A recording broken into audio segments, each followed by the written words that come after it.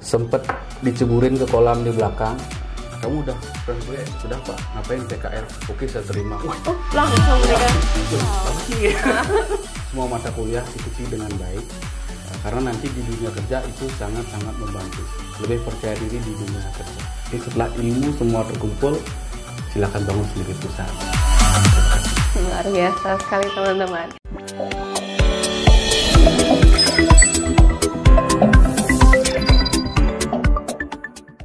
Halo Sobat PNB, selamat datang di podcast Berkaca. Bersama kita bicara. Membahas mengenai berbagai hal, dinamika kampus, profiling, membahas cerita inspiratif dari tokoh-tokoh luar biasa, alumni hebat, dan mitra strategis Politeknik Negeri Bali dikupas secara tuntas di sini.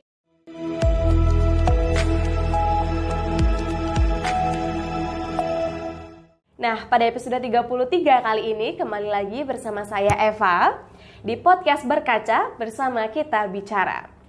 Pada episode kali ini, kita akan menyoroti dunia konstruksi dari kacamata alumni PNB yang kini sukses sebagai pemimpin proyek-proyek besar, yaitu jejak langkah alumni Teknik Sipil PNB. Nah, Sobat PNB, siapa nih yang dari jurusan Teknik Sipil? Mungkin ini bisa menjadi salah satu kisah inspiratif Sobat-Sobat PNB ya. Beliau adalah I Gede Pertama, alumni Teknik Sipil PNB tahun 2008. Wah, sepertinya 2008 teman-teman baru lahir nih, atau mungkin ada yang belum lahir ya. Yang kini menjabat sebagai Direktur Utama PT Aneka Karya Lagas. Bersama beliau kita akan membahas mengenai perjalanan kampus menuju dunia konstruksi, hingga bagaimana PNB telah berperan penting dalam membentuk jiwa tangguh dan kompetitif dari seorang Bapak Gede Pertama. Untuk itu mari kita sambut bersama, inilah dia Bapak I Gede Pertama. Selamat pagi Bapak, selamat datang di PNB kembali. Eva, ya. Terima kasih. Bagaimana? Yes, Tengkara. Bagaimana keadaannya hari ini Bapak? Luar biasa. Tengkara luar biasa, sehat. Ya, apakah, terima kasih. Apakah ketemu macet tadi Pak di jalan? Macet ya, beberapa spot macet. Beberapa spot memang. Oke, mungkin apa yang mendorong Bapak dulu sehingga memilih PNB terkhususnya di jurusan Teknik Sipil sebagai kampus tujuan Bapak dan jurusan tujuan Bapak?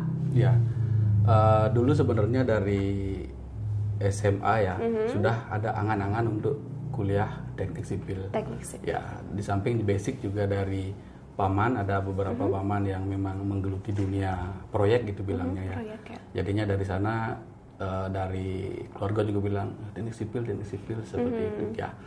Dulu saya sempat daftar di Teknik Sipil kampus lain, ikut program apa namanya yang sebelum tamat sekolah itu, kemudian tidak diterima, terus gali informasi ternyata ada Teknik Sipil di PNB.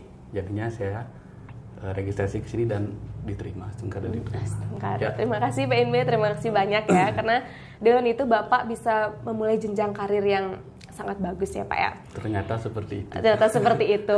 Oke, sebelum kita masuk ke dalam cerita lebih lanjut, mungkin boleh cerita sedikit Bapak mengenai kehidupan kampus di tahun 2008 saat itu. Karena sepertinya kita mendapatkan informasi nih bahwa Bapak adalah ketua HMJ, ya? Ketua HMJ Teknik Sipil tahun 2005 sampai tahun 2006. Wah, sangat lawas ya teman-teman ya. Bahkan saya baru lahir Pak saat itu Pak. Iya, jadi kita Gen Z mungkin agak shock karena kita masih bisa berbicara gitu ya dengan alumni PNB tahun-tahun apa ya, tidak enak sepertinya itu ya, tahun 2000-an ke atas itu. Boleh ceritakan sedikit Bapak? Ya,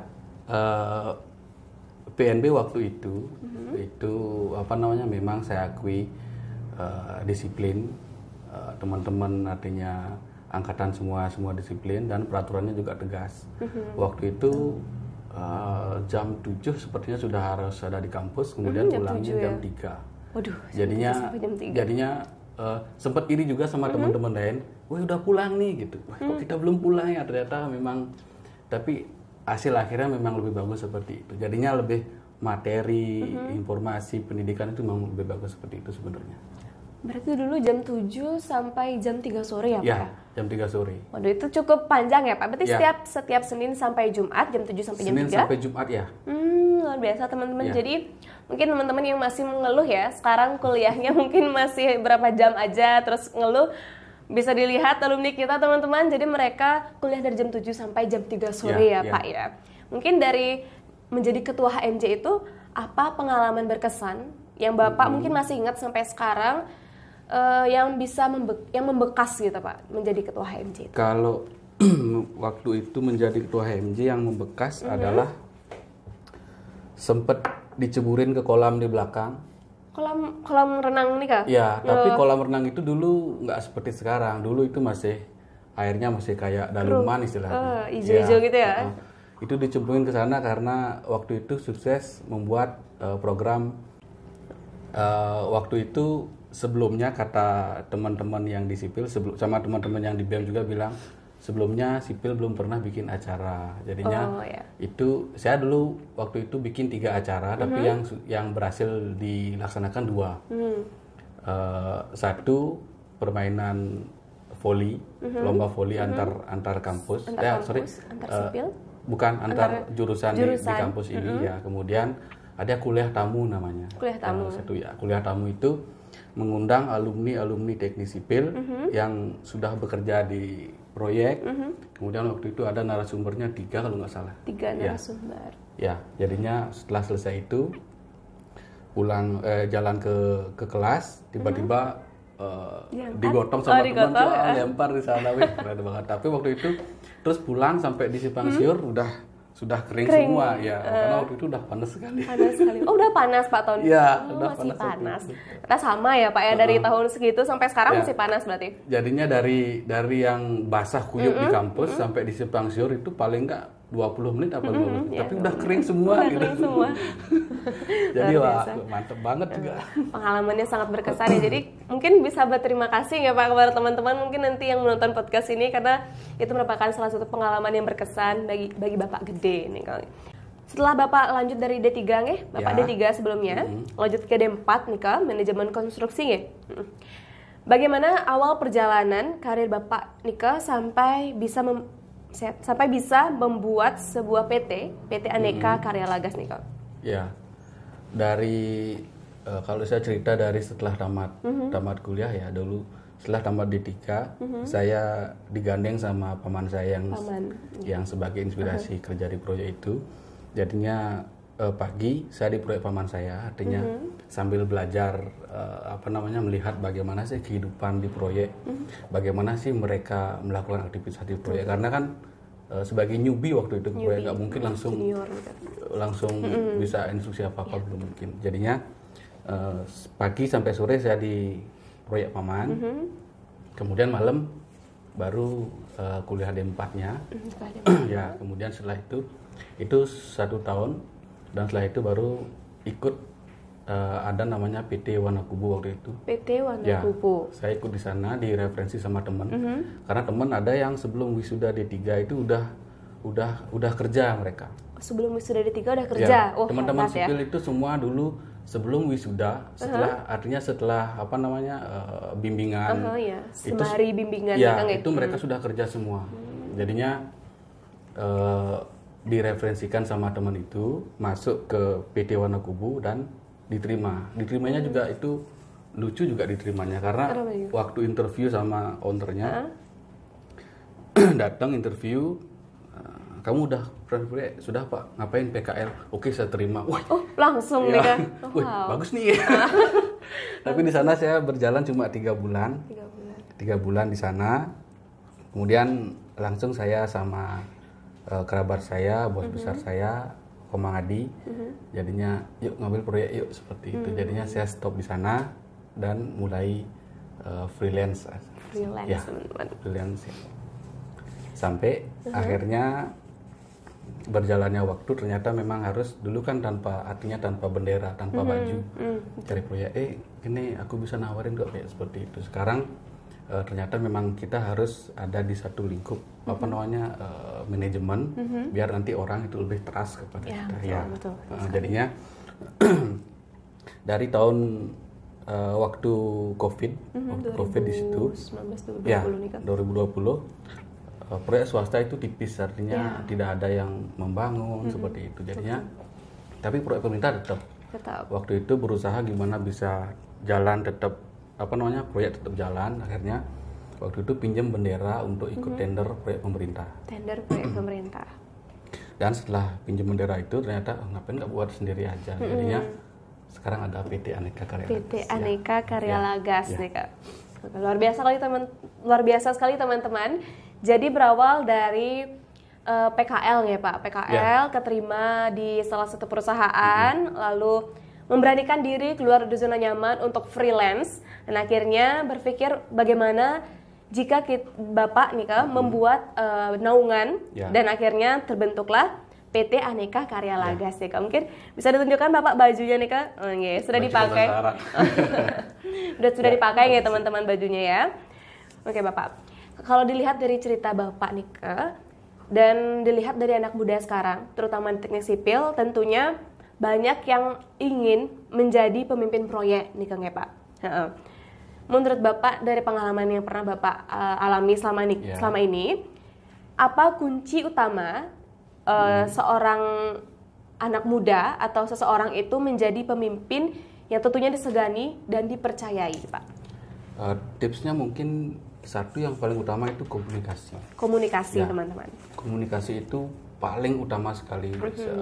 Walaupun skill kurang, tapi komunikasi bagus itu akan mendongkrak kemajuan kita juga di dunia proyek seperti itu. Ya. Berarti komunikasi ya teman-teman ya. Mungkin komunikasi ini kan dalam bentuk public speaking kah Pak? Atau bukan, bagaimana? artinya begini, komunikasi itu artinya membicarakan apapun yang ada sebagai sebagai kasus, sebagai masalah untuk dicarikan solusinya. Kalau misalnya ada masalah tapi diam, kan nggak jalan juga seperti itu. Ada masalah, komunikasikan kepada siapa harusnya, apakah kepada owner, minta pertimbangan dan lain sebagainya. Ya. Jadi kunci utama untuk menjadi pemimpin yang sukses adalah komunikasi ya teman-teman ya. Ya. Menurut Bapak, apa hal paling besar dari pendidikan, terutama di PNB ya Pak, terhadap karir yang Bapak nikmati sekarang atau karir yang Bapak dapati sekarang? Yang berhubungan keras dengan PNB itu adalah sistemnya yang 60% praktek, 40% teori. Jadinya kepala kita udah saya tahu nih harus ngapain seperti itu, tanpa harus buka buku lagi kayak gitu. Kalau di Poltek saya lihat kayak gitu. Ya. Benar sekali teman-teman, jadi di Poltek itu khususnya di Politeknik Negeri Bali kita berfokus kepada prakteknya ya Pak. 60% praktek, 40% materi. Karena saya pribadi sebagai jurusan akuntansi nih Kak Pak, lebih banyak prakteknya nih Kak Pak. Kalau saya cerita dulu dari SMA, kalau mungkin teman-teman sipil banyak yang dari SMK, saya dari SMA ke teknik sipil itu, kemudian pas sekali di PNB yang program hari pertama masuk sekolah itu sudah praktek. Praktek waktu itu saya praktek perancah itu bikin begestingan dari anggaplah bikin gedung ini, bikin begestingan dulu, pakai kayu, pakai triplek, habis itu ada atapnya juga, terus ada tiang-tiangnya juga. Itu praktek pertama kali saya waktu baru mulai kuliah. Jadinya ketika ada anak akuntansi AN lewat itu, wih laut dulu laut gitu. Wih tadi tukang nih gitu. Lucu juga sih sebenarnya. Berarti memang dari awal masuk pun sudah dijojorkan oleh praktek ya Pak. Jadi nanti di dunia kerja kita akan terbiasa. Kebetulan saya juga lulusan dari SMA Pak. Jadi agak kaget ya teman-teman ya melihat teman-teman yang udah terbiasa, tapi kita baru nyebur gitu ya. Lain udah kering, kita baru nyebur ya Pak ya. Walaupun gitu, tapi lama-kelamaan kita bisa berbaur ya Pak ya dengan teman-teman. Nanti efeknya akan terlihat di dunia kerja. Itu lebih confident, kita lebih confident jadinya. Lebih percaya diri. Jauh sekali. Jauh lebih percaya diri. Karena kita sudah terbiasa, nih udah biasa di Poltek. Gitu. Banyak mungkin orang-orang lain yang baru mempelajari mengenai itu, kita sudah kering gitu istilahnya Pak ya. Oke. Mungkin berbicara mengenai dunia kerja nih Pak. Sebagai seorang pemimpin nih Pak di suatu PT, apakah Bapak pernah merekrut nih Kak lulusan-lulusan PNB dan mungkin bisa diberikan bayangan mengenai apa kelebihan lulusan PNB dibandingkan lulusan kampus lain? Ya, Untuk perekrutan tenaga kerja kadang-kadang memang kami mencari yang PNB. Artinya beberapa teman, kalau yang PKL PNB juga mungkin 3 kali sudah pernah di perusahaan kami. 3 kali. Ya, orang ada teman-teman sipil praktek di kami udah 3 kali lebih. Ya, terus memang sih sebenarnya kami utamakan yang PNB, tapi karena kami yakin kalau PNB itu ini tugas sudah selesai. Ya, kalau misalnya yang lain mungkin ini tugas caranya begini, habis ini begini. Jelasin ya, dulu ya. nanti ada hal seperti itu yang membedakannya. Terus juga saya juga ada beberapa project yang sharing sama teman-teman PNB, sama adik-adik kelas PNB. Sekarang juga masih running proyeknya. Jadinya ketika kita kewalahan menghadapi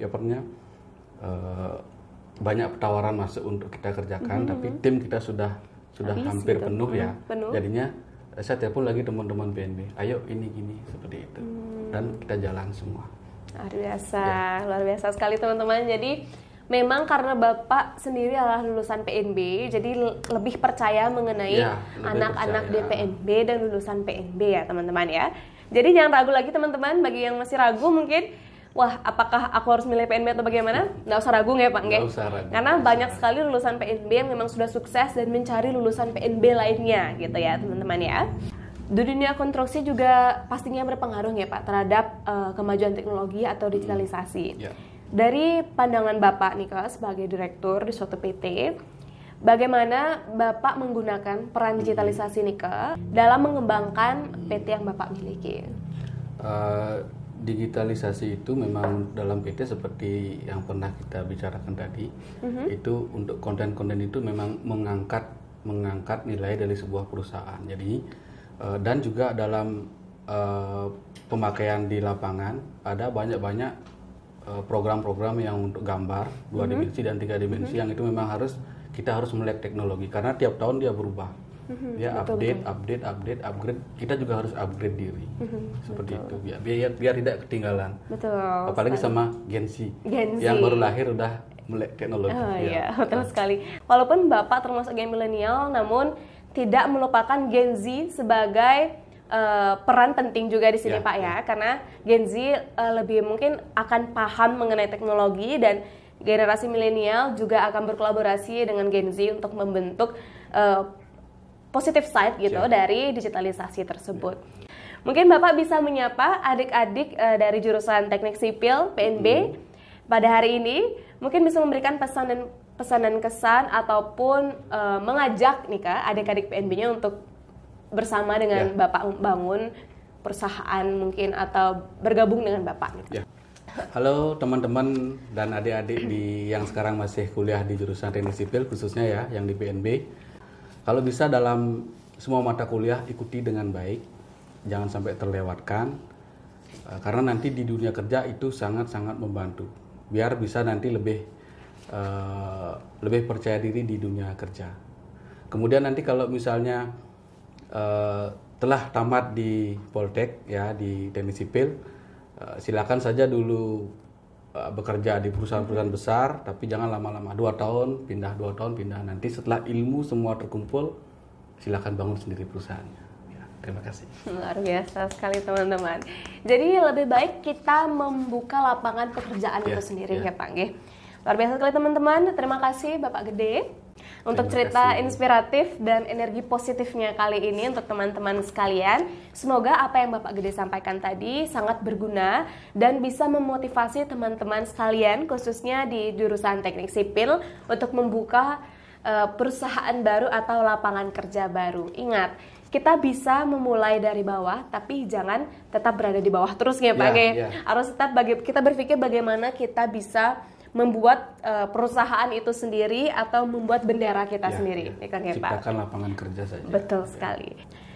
Oke Bapak, karena tadi sudah kepada mahasiswa-mahasiswa atau adik-adik yang ada di PNB, sekarang mungkin apakah ada ajakan nih Kak? Karena kan mungkin masih banyak di luar sana adik-adik yang masih SMA nih Kak, yang masih ragu dan masih apakah benar memilih PNB gitu. Mungkin bisa memberikan pesan-pesannya kepada masyarakat luas mengenai PNB. Terima kasih kepada adik-adik yang masih di bangku SMA, SMK, yang masih sekolah. Untuk melanjutkan jenjang lebih tinggi silakan daftarkan diri di PNB. PNB itu sudah terbukti dari kampus-kampus lain itu sudah terbukti lebih unggul di dunia kerja. Karena orang itu dari mana? Dari PNB. Oh, silakan langsung seperti itu. Kasarnya seperti itu. Nanti memang saya rasakan seperti itu juga. Ya, terima kasih. Luar biasa sekali. Terima kasih Bapak Gede atas cerita inspiratif dan energi positifnya kali ini. Dan saya yakin setelah mahasiswa PNB, adik-adik PNB khususnya di jurusan Teknik Sipil mendengar podcast kali ini, tentunya akan terinspirasi dan harusnya lebih semangat ya Pak dalam membentuk lapangan kerja baru dengan membuat benderanya sendiri. Ya, baju sendiri. Betul sekali, baju sendiri, bendera sendiri. Betul sekali teman-teman. Semoga obrolan ini bisa menjadi penyemangat bagi seluruh pendengar podcast, baik yang ingin masuk ke PNB maupun sudah terjun ke dalam dunia PNB. Dan terima kasih karena telah mendengarkan podcast Berkaca. Dan kami yakin mahasiswa lulusan PNB punya daya saing tinggi di dunia nyata. Dan inilah dia podcast Berkaca. Bersama kita bicara. Sampai jumpa di episode berikutnya. Saya Eva, pamit undur diri. Dan jangan lupa untuk ikuti terus Politeknik Negeri Bali di seluruh sosial media yang ada. Dan jangan lupa untuk nantikan podcast selanjutnya. Politeknik Negeri Bali, kuliah tepat, kerja cepat, PNB pasti.